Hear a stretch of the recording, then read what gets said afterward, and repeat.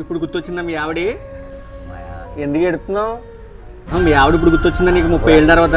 అప్పుడు ఏంటి కోపం జాగ్రత్త వచ్చేసాను. అప్పుడు కోపంతో వచ్చేసావు, ఇప్పుడు పక్షాతాప పడుతున్నావు. మీ ఆవిడ చూడాలనుందా? కొడుకున్నాను. మీ ఆవిడని కొడుకుని చూడాలని ఉంది. మీ ఆవిడ చాలా కష్టపడి పెంచారంట పిల్లల్ని, నాకు చెప్పారు. పాలు నొప్పి తగ్గిందా? పిల్లలు వేసుకున్నావు కదా? వేసుకుంటున్నావు రాత్రి ఇచ్చాం పిల్లలు టాబ్లెట్స్. రేపు సాయంత్రం తీసుకొచ్చి ఇంజక్షన్ చేపిస్తానులే.